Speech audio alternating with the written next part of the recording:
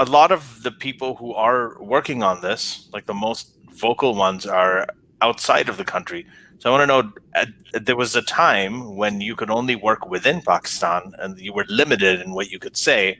But now with the internet and with social media and all these campaigns that you can do, you can work outside of the country. And like what Armin is saying, different people in different countries with these mindsets can actually work together. So how have you found that to be an advantage? I mean, because you're also working from outside Pakistan, and how effective do you find that to be? Yeah, of course, everything helps. I mean, I can't, you know, you can't quantify it. It would be difficult to quantify it. All help or all contributions towards this matter in that they sort of turn the zeitgeist, the sort of dial of what is acceptable in a certain direction. But what I do want to say is that sitting outside Pakistan, it's easy not to see the liberal forces at work in Pakistan because the foreign media will never report on them. Yes. And the foreign media has no interest in reporting on them, on the various sort of the political struggles, the human rights struggles, etc., that take place in Pakistan. And I can understand why they wouldn't report on them, because it's very difficult for outsiders to understand. It isn't a straight line. It's a jagged line. It's a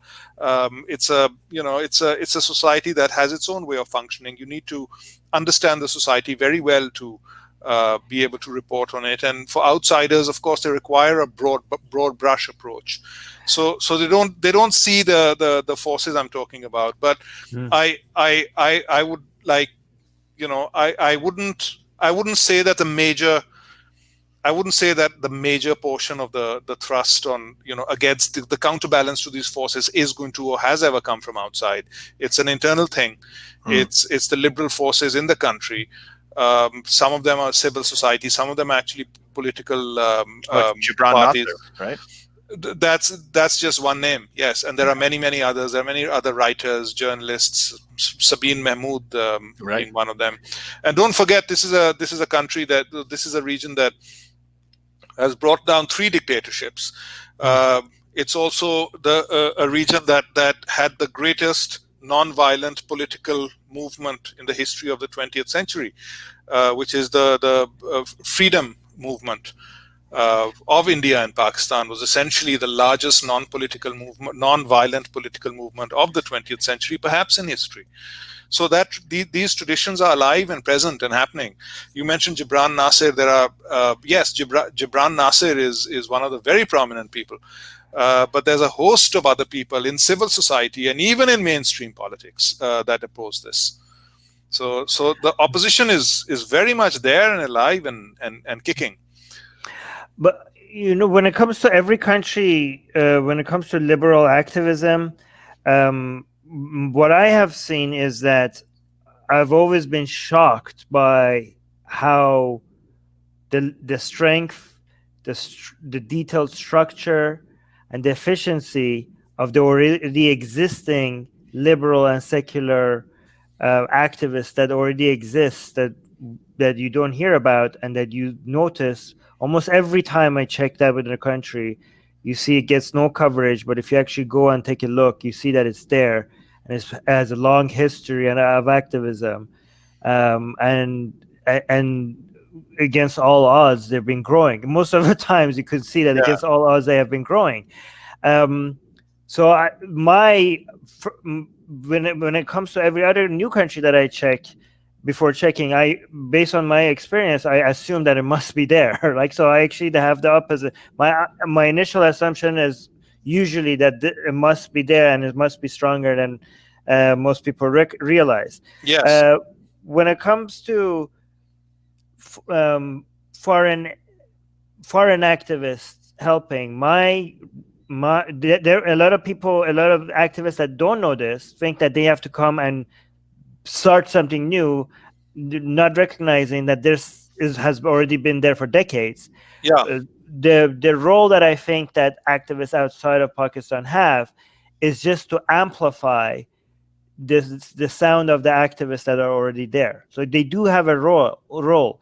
But if they are living in places where the limitation to freedom of expression is not as what the activists in these countries need is just so that they could be heard.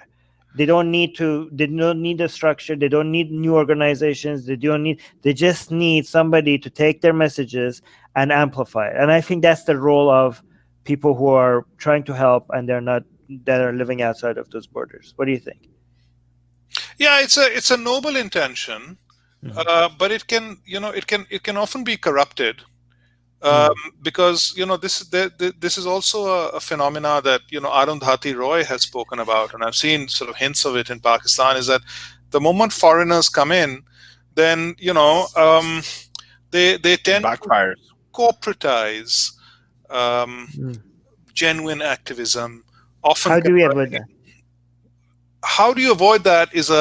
But okay, well, let's just define the issue. Like when foreigners come in to foreign organizations come into genuine causes and want to help activists, they kind of corporatize those movements, as in, these are organizations with donors, with people working 9 to 5, often with less understanding of how countries work, and they're, what you call KPIs, are key performance indicators, are very set and perhaps sometimes bureaucratic. So they can often take grassroots movements and convert them into sort of structured. They take something sort of inherently unstructured and convert it into something with a structure that sort of. Is that always bad? Like, wouldn't it making it measurable and structured? Could it also be? No, it's good also. It has its good and bad points. But what I'm saying is that it's really where the rubber meets the road. It's not what counts.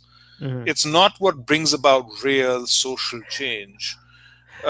Because real social change does not come from people who.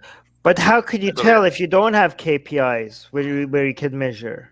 No, I'm not. I don't criticize foreign organizations at all. Of course, they have KPIs, and like I said, they are well intentioned. Right. I'm just saying. There's another aspect to this, Armin. There's but here. So, sorry, I don't interrupt you, Ali. But here's the thing: there are organizations working in Pakistan. Foreign organizations with the best intentions, but limited for that sort of real understanding of change and how to bring about change, and answerable to donors who want simple. When I say KPIs, I'm talking about simple things that can be put onto an executive summary and show that certain objectives have been reached. But how are you going to translate these things into KPIs? I mean, you're talking about shifts in perception and changes in society. I don't think an organization with a KPI with limited understandings can really affect serious change. Though that doesn't mean they don't help. Yeah. And just one sentence. As bad as simplistic as those might end up being, and as many factors that they're not going to be able to measure, I do think like they're often, not always, end up being better measurements that people's just perception, because that might be unreliable, but the most unreliable things are people's like, oh, well, my grandfather used to say this, and now this new generation is saying that. Oh, my taxi drivers are talking different. Like, I just think like other forms of measurement that even people on the ground sometimes have are even less reliable than these other methods. You know what I mean? Like, they're not perfect, but sometimes more structure is needed, but it depends on the situation. Like, for example, a foreign organization can't engage with the Ashke Rasool, can it?